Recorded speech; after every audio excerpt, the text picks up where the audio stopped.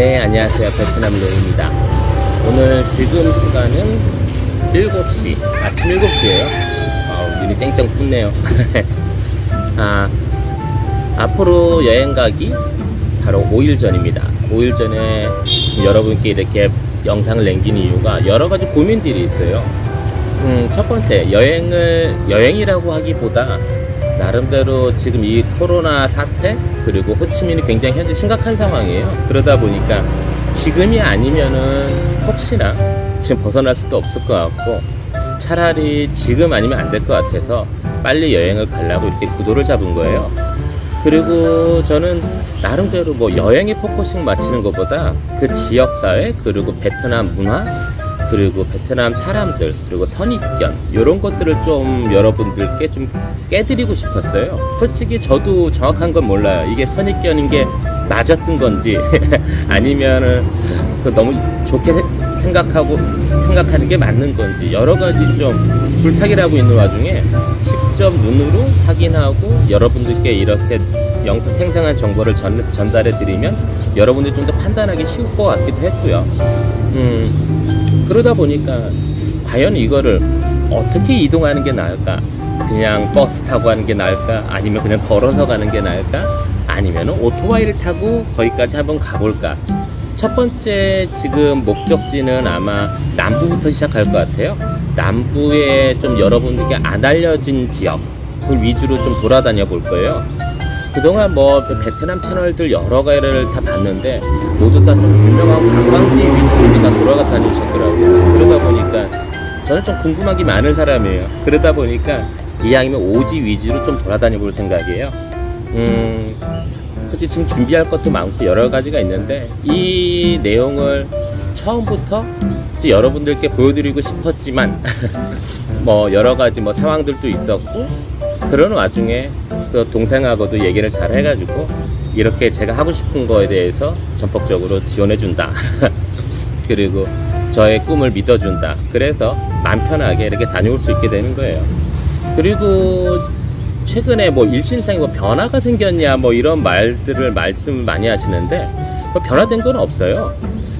적어도 제가 좀 보여드리고 싶은 게 좀 서민의 일상, 그리고 어떻게 보면은 솔직히 중산층도 아니고 정말 저는 서민의 눈으로 좀 이런 세상을 좀 바라보는 걸 보여드리고 싶었는데 이러려고 하다 보니까 지금 나름대로 내가 너무 호의호식하는 거 아니야? 이런 생각들 하다 보니까 좀 이왕이면은 저렴하고, 그리고 최저가, 그리고 좀 진짜 효율성이라는 단어가 맞는 것 같아요. 그런 거를 찾다 보니까 정말 저렴한 뭐 숙소, 그리고 저렴한 음식들, 그리고 그 금액으로 할 수 있는 가성비 대비 좋은 어떤 로케이션들을 여러분께 좀 소개시켜 드리려고 이렇게 영상을 준비하고 있는 거예요. 그러다 보니까 점점점 저도 모르게 로컬로만 나오게 되더라고요. 어떻게 보면 한국이 무슨 자취방 컨셉, 어떻게 보면 이게 더 맞을 수도 있어요. 솔직히 이 베트남에 있다고 다 편한 건 아니거든요. 한국에 계신 분들이 몇 분들이 좀 걱정을 하시더라고요. 한국도 굉장히 힘든데 베트남에서 편한 모습들만 이렇게 보니까 어쩔 때는 좀 이질감도 느끼고 좀 부럽기도 하고 이러는 것 같은데, 세계 어딜 가든 지금 이 코로나 사태에 다들 힘들어요. 그러다 보니까 너무 좀 여러분들의 뭐 봤을 때 좀 상처받거나 아니면 자괴감을 느끼는 이런 영상을 만들고 싶지가 않았던 거예요. 그리고 이게 아마 당분간이 될 수도 있어요. 정말 모두 다 힘든데 베트남에서 유명한 뭐 TV처럼 뭐 호의호식하면서 이렇게 여행을 할 수는 없을 거예요.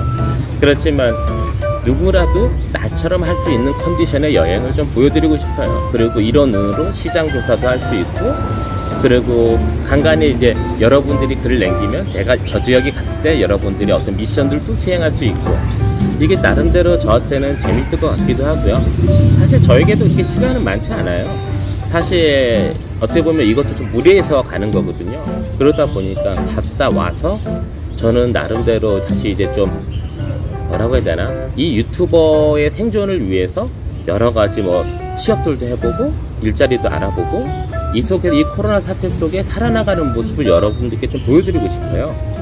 예를 들어 제가 뭐 취업을 하려고 했을 때 이 정도 로이시의 뭐 스펙으로 갈 수 있는 데가 이런 데가 있습니다. 근데 현재 상황은 뭐 업체들이 많이 없군요. 일자리가 많이 없군요. 이런 정보들이나 이런 것들을 좀 보여드리고 싶어요. 일반인들이 취업했을 때도 아, 현재 상황이 이렇구나 라는 걸 좀 직설적으로 정확하게 좀 보여드리고 싶은 거예요. 저는 좀 성향이 좀 팩트주의자예요. 그러다 보니까 직접 뭐 눈으로 보든가 직접 경험하지 않으면은 여러분께 말씀을 드리기가 참 애매모호하더라고요. 그러다 보니까 정말 지금 이 생각들과 나의 어떤 신념들이 끝까지 이어지길 바라요. 저도 그냥 아침에 커피숍 와가지고 이게 바로 그냥 영상 남기는 거라서 두서없이 말할 수도 있어요. 하지만 뭐 여러분들이 혹시나 제가 빼먹는 거나 나한테 뭐 주의사항 같은 거 있으면 뭐 댓글로 남겨주시면 저도 참조할 거고요. 여튼 열심히 살고 열심히 이 상황을 극복해 나가보려 합니다. 예. 그리고 이 말씀도 여러분 궁금해 하시는 거, 최근에 저 같은 경우 여러분 구독자들한테 도움을 너무 많이 받았어요.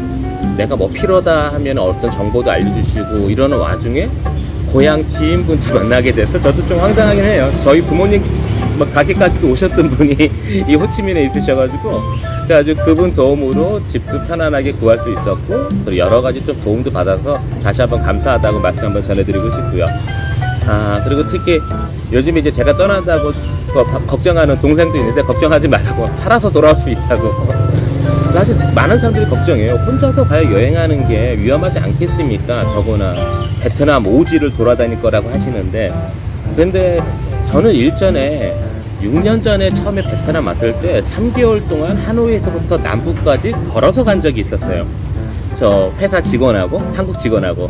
미쳤다고 생각할 수도 있겠지만 그때 당시는 제가 프랜차이즈 그러니까 마케터 그리고 디렉터 업무를 오게 됐기 때문에 제가 베트남 문화를 모르고 어떻게 프랜차이즈 기획을 잡을 수가 없어가지고, 다행히 저희 이제 투자자님께서 3개월 동안 원하는 걸 해라.